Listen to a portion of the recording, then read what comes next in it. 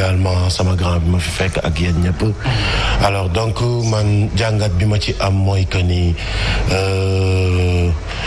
c'est-à-dire le virus nous a échappé. daf ñu échappé alors li tax ma ne daf ñu échappé mooy ci première vague bi mu ñëwee au moins quoi qu'on puisse dire jëloon nañ les mesures qu'il faut sensibiliser les Sénégalais yi ba ñëpp adhérer ba ñëpp porter aussi le combat mais à un moment ñu dem ba ay yu kenn xamul côté communication foofu la état fayiree ba nga xamante ni population yi dem ba gëmatuñ ko ne ndekete politique la woon c'est ça que tu entendais ndekete dañu doon nax naan ko coro business effectivement nga gis ni corona bi j'ai vu des gens yoo xamante ni ci corona bi dañ ci enrichir gis naa ko man donc je pèse bien mes mots ci télé laa ne alors yeneen sénégalais lambda yi mel ni man gis aussi ñoo xamante ni ci corona dafa defar seen affaire ñu ne kon affaire bi c'est du business donc loolu moo tax mu dem ba échappé ñu il faut être sérieux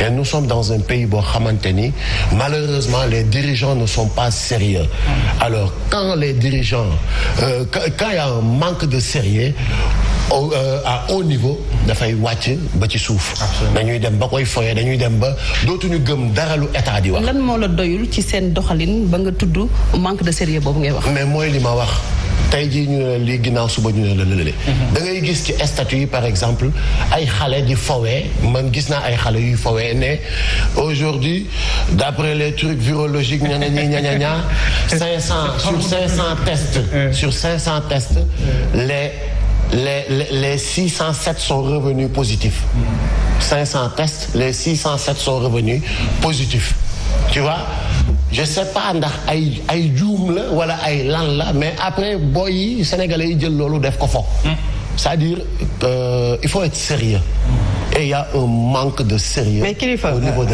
stratégie de riposte bi état bi def bokk na ci couvre-feu bi nga xam ne wax nañu ko 20 jours après ñu daal di wax démb décret bu génn bu ñu def le 22 les Sénégalais jot ci le 26 puisque daanaka ci la ci ñëpp jotee jàppoon ne loolu stratégie de riposte la boo xamante ne mën na faagaagal quand même faire bi dakkal ni muy lawee ci yenn régions yi. maa ngi gis ci suba je pense tribune la ñu def lan mooy efficacité wu couvre-feu dem bi ñu ko defee ba léegi cas yi day gën a yokk kon lan mooy efficacité bi c'est-à-dire c'est des questions que les gens se posent aussi su fekkente ni dañu jël benn riposte ñu dawal ko ñu njëkk a jël 12 jours ñu gis ni affaire baa ngi besewu dinañ ne kon couvre-feu bi am na njëriñ ñu dolliwaat 8 jours ñu gis muy gën a besewu mais boobu ba léegi bi ñuy jël stratégie de couvre-feu affaire yi day gën di exploser di gën. waaw mais dégg nañ ñi nga xam ne seen xam-xam màcc na ci mbir mi ne benn waxtu couvre-feu sax nag njëriñ la ci li nga xamante ne mooy dakkal propagation feebar bi. kon nañu dawalaat 20 jours yi peut-être ñu doog a def analyse wala ñu doog a def bilan ci loolu. parce que ay mesures moom bu ñu ko jëlee moom dañuy gis des résultats dans l'immédiat.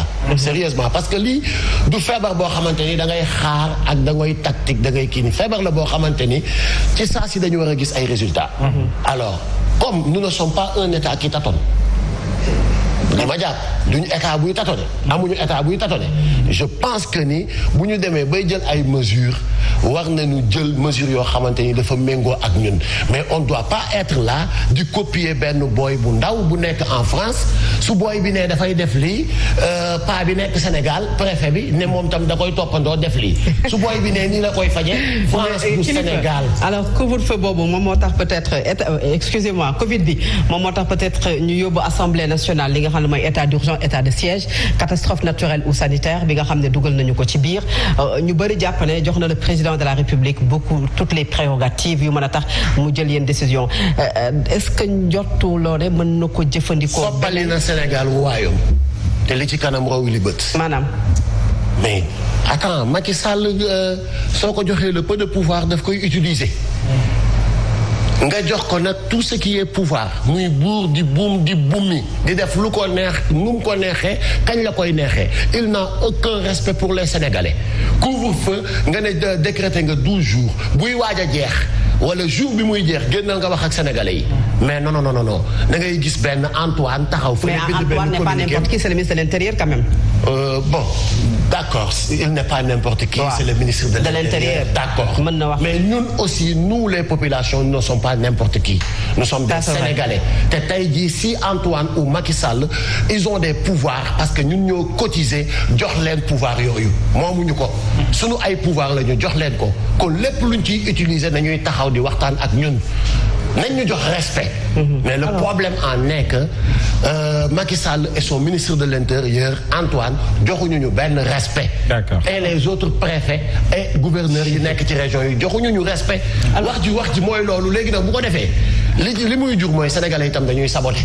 À leur manière ñoom tam dañ leen di wan war a nekk taxawaayu sénégalais yi saboter. ci moment bu ñuy war a nekk seen taxawaay. dama la ko laaj loolu ndax noonu la war a demee. man damay invité sénégalais yi ci ñu sàmm seen bakkan sàmm seen bopp. bu ñu xaar état bi sàmmale leen ko. parce que duñu leen ko mës a sàmmal. état bi président bii ma gis nii gëmul sénégalais yi je le dis haut et fort moom avec ses ministres gëmuñu ñu. il s'en fiche bu ñu xëyoon sénégalais yi di dee par milliers seen yoon nekku ci. D'accord. Alors je suis désolé. relevé nga sànq benn manque de confiance bi dox ci diggante autorités yi ak askan wi.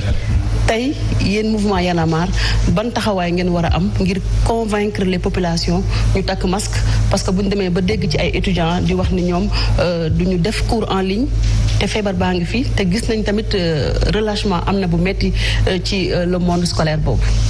Ouais, ils ont raison parce que dem nañ ba gis ni affaire bi mu ngi dugg ci université yi di dugg surtout ak variant anglais bi nga xamante ni sa waay mara détail dafa doy waar dafa gaaw a duggee donc xam nañ ni yëf yi voilà mu ngi fi mooy li ma wax na Sénégalais yi jóg. jëlal seen bopp seen kaaraange. lan ngeen ci fas yéene taxawee parce que gisoon nañ ngeen di. ba léegi ñu ngi ci. NTS le nouveau type de sénégalais. gis nañu bi ñu wootee la propreté de la ville. gis nañ ni ngeen ci taxawee woon. mais bii ci Covid bi. man gisuma leen ci. waaw mais parce que ci première vague bi. ci première vague bi dañu investir. jël suñuy propres moyens. tourner suñu ay capsules. def suñu clip. di envahir les rues de Dakar de Kaolack Sénégal partout avec les esprits de Y'en a marre di sensibiliser di uti nos propres partenaires di defar ay masques di ko distribuer mais pour faire passer les capsules yi nga xamante ni ñun ñoo ko tourner ak suñu ay moyens bopp mais pour faire passer ces capsules télé bi nga xamante ni mooy li ñuy wooyee chaîne leader muy RTS bu ñu demee pour yóbbul leen ko pour ñu diffuser ko dañuy gis ni non waa Y'en a marre ñoo ko def. dañ leen di fayeeku wala duñ ko jël. non ma ne la. dañuy gis ni chaîne nationale la chaîne leader bi Sen TV la waaw. non ñoom ñuy wooyee seen bopp. non chaîne nationale. waaw chaîne nationale. duñ ko jël. kon dañ leen di fayeeku xaalis. de toute façon mënuloo. buñ ñu fayeeku woon xaalis parce que ñeme wuñ taxaw nañu fay nañu xaalis mais ils l'ont pas diffusé. loo xamante ni c'est pour sensibiliser c'est pour l'intérêt de tous les Sénégalais. c'est grave diffusé wuñu ko. Y'en a marre mooy déranger wala lan la. parce que peut-être kanamu kilifa gi ñu fa gis muy sensibilisation bu am njëriñ. te kanamu kilifa warul jàll ci chaîne nationale. parce que chaîne Macky Sall la. fu Macky Sall di génn waruñ fa génne xam nga. heureusement ba di liberté de télé yi amee. ba ay Sen TV yooyu ñëw ci la ñuy génne kanamu Macky Sall teg ca kanamu kilifa mais bu doon RTS fii nekk ba tey.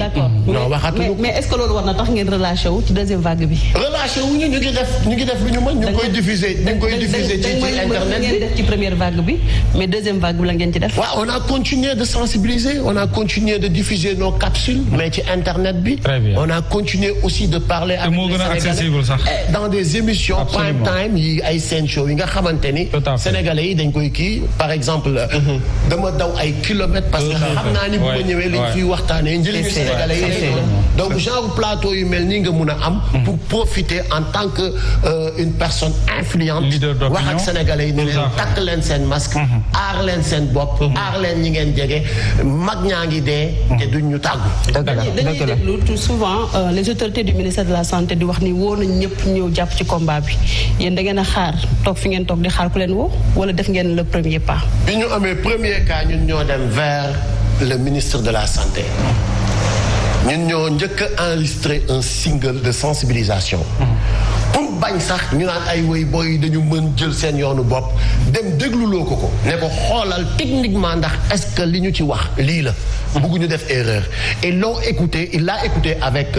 son équipe ñu validé ko ci lañ koy soog a sax clipé à l'hôpital Fann soog ko génne mais est-ce que di nga gis clip boobu jàll RTS jamais est-ce que di nga gis ba pare bañ nañ ko ba suñu ay slogan sax lañ jël aar sa bopp aar ñu la jege mais c'est-à-dire ñoom bu amee yaanaamaa rek y a un problème y a un problème quoi il faut que ñu avancer dinañ ñëwaat ci kilifa il faut que ñu wax ak docteur ci wàllug recette douanière yi nga xamante ne ni ñoom ñu ngi def itam seen kéem kattan ci période quand même bu un peu difficile muy période mbas bi ñoom ñu ngi recouvrer alors loolu lan lay tekki day tekki ne ñoom dafa fekk ne mbas mi naam mi ngi fi waaye ñu ngi def seen kéem kattan pour dugal ci gafag ak état quand même li nga xam ci ni moo di koppar. waaw vraiment ñoom mérite nañ quand même benn satisfait parce que ñu félicité leen parce que vraiment seen liggéey am na solo. crise bi ñu nekk nii activités yi nekkoon au ralenti malgré tout seen objectif atteindre nañ ko voilà parce que boo xoolee en 97 rythme progression bi rek donc en 2017 déjà ñu ngi woon ci presque ci 897 milliards ñëw ci 2018 dem ba ci 925 milliards daaw ñu ngi woon ci à peu près 985 donc parce que on parle de plus de 1000 milliards boo xamante ni réunir na ko daaw ñu ngi woon ci 987 milliards comme ça et puis seen objectif mu doon atteindre la barre des 1000 milliards donc cette année elles ont fait la donne a fait une progression de 27 milliards par rapport à l'année dernière ci contexte bi oui donc c'est vraiment une performance inédite comme il faut le dire moo tax ñu war leen féliciter encourager leen bu baax a baax d'accord croissance bi wàcc na bu baax a baax ñu dégg FMI def ay projection wax ni peut-être que mën nañu egg 5% wala lu ko ëpp mais est-ce que taux boobu tey c'est atteignable waaw mais 5% par rapport ak lan par rapport ak li nga dund ci ren bi. bokkut ak 5% par rapport ak 2019. oui projection bien sûr j'ai parlé de projection. waaw moom laa wax ma ne 5% yooyu donc def projeté par rapport ak fi mu toll ren mais pas par rapport ak fi mu tolloon daaw. parce que lu suux ba ci biir su génnaatee tuuti donc c'est pas aussi fantastique mais ce qui est sûr c'est que bu mbas mi continuer nii. ñu jëlaat yeneen mesures yeneen secteur gën a affecté wu je pense que dañ ko mën a revoir à la baisse. voilà parce que comme on le dit comme projection la donc les grands travaux tant que ñu ngi continuer yeneen secteur aussi dox tuuti lu mel ne mbay meeg yooyu donc mën nañu voilà. alors nan lañu mën a comprendre tey ci xaalis bi nga xamante ne ni nguur gi waxoon na ni génn nañ ko. c'est des prévisions bien entendu 1000 milliards après ñu wax ni ci 1000 milliards yooyu ay 600 et quelques moo jot a dugg mais tey. est-ce que gisoo ni tey dafa baaxoon ñu évaluer ba pare balaa ñu dugg ci deuxième vague. loolu moom bokk na suñu défaut Sénégal dañuy tañ xëy dem rek maanaam da nga wax benn affaire jékki-jékki rek jëlaat benn décision kon ni dem sa yoon. mais taxaw évaluer moom duñ koy def bariwul. te loolu nag dafa am solo parce que boo évaluer day tax nga xam li dox. nga gën cee ji góorgóorlu xool li doxul nga xool noo koy corriger. njeexital bi lan la mën a doon. voilà mooy nga mën nga jum bu métti loolu mën a nekk parce que bu dente ne am na lu bari la war a corriger te corriger ko nga duggaat ci leneen da ngay xool par exemple politique d'emploi yi fi am yëpp ñaata milliards lañ ci injecté mais jeunes yu bëri sax xamuñ déjà structures yi nga xam ne occupé ci emploi bi. loolu erreur mënu ko weesu. d'accord Fatou. alors kilifa bu ñu ñëwee ci li nga xam ne peut-être mooy communication bi présentement ñu bari dañu jàpp ne ñi nga xam ne ñoo fare ci gouvernement bi dañu ko gën a tënk ci lu jëm ci wàllu vaccination bi que sax ci li nga xam ne mooy sensibilisation bi yow ban xalaat nga am ci loolu. waaw déjà xam nga docteur dafa daanelee léegi fu am solo. gis nga mooy li may wax rek ci manque de sérieux. Tout à fait. parce que première vague bi mu ñëwee le président de la République il a fait appel à tout le monde. ñëpp bàyyi seen obédience. seen orgueil seen lépp. dem wuy jibu ñu toog waxtaan. mu ne nii laa xalaatee ñooñu ne ko ñun tam lii lañ nga ciy dollil. ñu génn mu tënk ne biñ ma waxee ak li ma yor lii lañ koy doxalee. biñ koy doxal di doxal ñu gis ni y a une fausse note. ñenn ñi téye seen bopp mais ñenn ñu continuer pour le bien-être des Sénégalais. mais à un moment dem nañ ba fenn. nañu taxaw ñu def évaluation. mais ngay gis ay ministres yu arrogant bu ñu leen interpellé ci li ñu leen dénkoon ñuy saaga nit ñi ak naan dama leen di porter plainte. des responsabilités yoo xamante ni dañu jël ay nit dénk leen ko loo xamante ni ça appartient à tous les Sénégalais ne yow yaay gérer lii ci xeex bi yow yaay gérer camp yi yow yaay défenseur bi yow yaay attaquant bi ñu pare attaquant bi dugalul ñu ko supporters yi naan ko mais bal bi ñu la paas yow kese góol newu fa dara newu fa lu tax dugaloo ko mu ne ko boo ma ko waxatee ma porte la plainte c'est-à-dire comme si nous n'avons pas le droit de demander des comptes alors ñu xëy bëreet deuxième vague bëreet vaccination xam nga lan la nit ñi di wax. je te dis les Sénégalais te disent que deuxième vague bi dañ ko créer pour jàllale seen vaccin bi. c'est ce que les Sénégalais disent. mais yow tey lan moo ciy sa xalaat ci peut-être. man li ma ciy xalaat la réticence aujourd'hui des Sénégalais ci lu jëm ci vaccin bi. bu fekkente ni vaccin bi lu wér la lu am la lu baax la on est preneur. Sérieusement. Parce que y en a marre aussi avec ce virus. Absolument. Su fekkee y a aucune politique derrière comme ni ko ñenn ñi di njorte ak di ko waxee. yéen a ngi def saytu boobu pour xam ba xam. mais bien sûr ñu ngi ciy mais bien sûr. pour alerter bien sûr ñu ngi ciy liggéey bu baax a baax parce que aussi on va pas rester comme tout le monde. parce que mooy comme li nga wax quand on a un rôle à jouer dans un pays da nga koy assumer. bu fekkente ni boo waxee tu vas influencer ne serait-ce qu'une seule personne. war nga taxaw nga wax mais balaa ngaa wax aussi li ngay wax na nga ko maîtriser na nga xam lan la. pour le moment ñu ngi ciy def ay jàngat ñu ngi ciy échange ak ñeneen ñoo xamante ni ñu ngi ci yeneen réew. par rapport ak le vaccin bés buñ ci amee lu ñu doy ñun Y'en a marre dinañ def conférence de presse. dinañ ci wax ñu ne vaccin bi kat léegi lii lañ ci xalaat. alors pour changer puisque lu ñu dese bëriwul. ñu wax ci mbiru Boubacar Seye Horizon sans frontières bi nga xamante ne mi ngi ci kaso bi boobu léegi nag mi ngi bëgg a def yi fan même si bëri na ay kuréel yu taxaw ngir jàppale ko mais moom lanceur d'alerte la comme yéen ñi ngeen koy defee yenn saa yi est-ce que lii tey bokk na ci li nga xamante ne mën nañu ñol démocratie ak ban jàngat nga am ci li nga xam ne mooy téye bi ñu ko téye ci ay comptes yoo xam ne daf ko demandé ci Union européenne bi muy def ci émigration. Boubacar Seye dafa demandé ay comptes. ne fan la xaalisu Union européenne bi dugg. je pense c'est ce qu'il a dit. man je vais aller plus loin. Boubacar Seye compte yooyu ngay demandé di laajte fan la xaalisu Union européenne bi dugg je répondrai à la place de l'État sàcc nanu ko. ah oui. oui ils l'ont volé. ana xaalis bi. et tout le monde sent qu'il y a de l'argent dans ce pays. fan nga ko teg loolu. tout le monde sent qu'il y a de l'argent dans ce pays mais dafa demee côté. des gens yoo xamante ni bi nga leen di xam en 2011 il était incapable d'acheter un paquet de cigarettes. Aujourd'hui c'est eux qui roulent avec des véhicules qui coûtent 80 millions plus. avec des immeubles.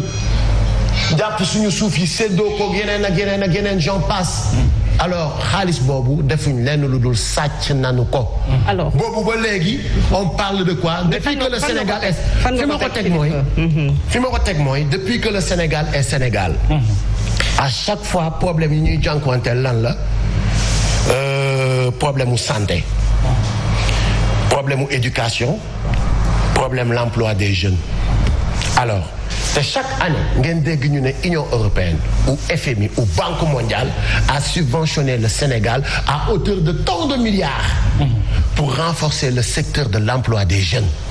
te boobu ba léegi les chômeurs sont comptés chaque jour il y a 1000 chômeurs de plus qui ajoutent. mais aujourd'hui qui buy ñëw ci liste bi. alors où est passé cet argent. donc l'argent n'a pas été injecté pour régler le problème de l'emploi des jeunes kon dañu ko sàcc. ñu ne la. paj mi boobu ba léegi day gën di feebar pajum Sénégal. hôpital yi ñëpp xam nañ li fa xew. nit ñi dañuy am sax problème mu jënd ay ordonnances ci biir hôpital yi ci biir kii yi nii. boobu ba léegi nos médecins dañuy daw di defi ay xarmat en Europe ci dëkk yi. ñu leen di fay xaalis bu bëri. hôpital yi tey la gën a feebar amuñu plateau médical baax ça tout le monde le sait ana xaalis boobu injecté wuñ ko ci santé bi kon dañu koo sàcc. alors ñu ñëw ci beneen bi muy l'éducation. tout le monde sait que l'éducation est malade. et nous avons des professeurs yoo xamante ni dañu taxaw. nous avons des élèves yoo xamante ni ñoo gën a intelligent gën a excellent. ci tund wi. loolu ça tout le monde le sait. ndax temps bi kilifa parce que li ñu dese bëriwul wax nga ko kii yi bëri na secteurs yi bëri na mën nañu ko fay lim comme ni nga ko waxee mais tey combat bi organisation yi naam bëri nañ mais tey lan moo war a nekk tey lu jàmp ngir peut-être exiger la libération de Boubacar Seye qui a été quand même un lanceur d'alerte et qui continuerait peut-être à l'être. Qu'on se mobilise. J'invite tout le monde, l'opposition, la société civile, les militants, les activistes. J'invite tout le monde, les Sénégalais non marabouts, pour que vraiment ñu libérer non seulement Boubacar Seye jox ko ay ndàmpaay ba pare arrêté tëj gi ñuy tëj doomu aadama yi. c'est-à-dire dafa jot nag gis nga jot nañu taxaw duut baaraam. xam nga à chaque fois su may wax parce que man dafa am noo xam ni dañ ma ko yaree. dëkk dafay am ñoo xamante ni ñoo fa nekk ñoo fa mag wala ñoom la ñu dénk lii ñooy kilifa yi. moo tax à chaque fois ci suma wax may interpeller nos chefs religieux. parce que kat ñoom ñoo fi suñu Serigne Touba tey. ñoom ñoo fi suñu Alaaji Malick tey. ñoo fi suñu Cheikh Ibrahim tey di fi suñu Limaamu Laay j'en passe. tey jii dafa jot. ñi nga xamante ni ñoo leen fi wuutu taxaw wax ak Macky Sall mu bàyyi li mu nekkee. yàpp gi mu yàpp sénégalais yi manque de respect gi mu ñuy manqué de respect tëj gi mu ñuy tëj ndulli gi mu ñuy ndulli tooxal gi mu ñuy tooxal restez chez vous xëy toj këru néew di doole yi baadoole yi bàyyi fa ñaari kër yoo xamante ni ay dañ la naan belle-sœur u Amadou Ba ak yooyu. ñu wax ak Macky Sall mu bàyyi loolu. ñu wax ak Macky Sall mu respecter sénégalais yi moom avec son gouvernement jël l'argent du contribuable injecté ko delloo ko ci sénégalais yi ba suñu jeunes yi duñu mën a taxaw di dugg ci ay gaal di xaddi di décourager di dem di dee ci géej gi. alors c'est clair ni Boubacar Seye. nit ñuy waxee ñu leen di déggal ñoom suñu kilifa yooyu noonu la ñuy yilifee tamit Macky Sall. ay kilifa diine lañu nañ wax ak moom. ñun de déggal nañ leen ñu am taalibe lañ. absolument luñ ñu sant ñu def ko. mais moom nag ku ñàkk taalibe la mais continuer leen wax ak moom wax leen. alors ni Boubacar Seye di réclamer des comptes noonu la Sénégalais yi bëri tamit di réclamer des comptes à Mansour Faye mi nga xamante ne ni moom la ñu dénkoon lépp lu jëm ci wàllu séddaleem ceeb bi ak bu ni mel tey le constat mooy changé na dem beneen ministère. est-ce que loolu tey foofu tamit lépp dafa doxee tàbbi géej ci transparence ci koppar yi nga xamante ne dañ ko dénkoon. évidemment c'est-à-dire xam nga mooy tâtonner gi ma lay wax. C'est-à-dire nous ne sommes pas sérieux te pareeguñu pour sérieux on peut pas du jour au lendemain être gardien de but jékki di encaisser ay but ñu yoola noo kaay ñu def la défenseur biñ lay foog c'est-à-dire moo tax on a jëluñu nañ waxante dëgg quoi sérieusement soyons sérieux je pense que lii waratul nekk sax débat fii depuis que ma xàmmee ba léegi musuñu am président de la république boo xamante ni surtout Macky Sall moom daf ci raw au moins dina la xaaral ma jël docteur jox ko la place qu'il faut pour régler les choses. d'accord doo ko dégg mukk. d'accord alors doo ko dégg mukk xaaral ma jël sama rakku jabar wala sama magu jabar pour plaire à madame ma jox ko dénk ko ay yoo xamante ni xamu ca xaala wala kasira su ca defee gaaf ma jël ko yóbbu ko fu gën a kii au fait il se moque de nous Macky Sall def nuy kokkali. d'accord alors ci wàllu foncier gisoon nañ nga am ci benn taxawaay ci yenn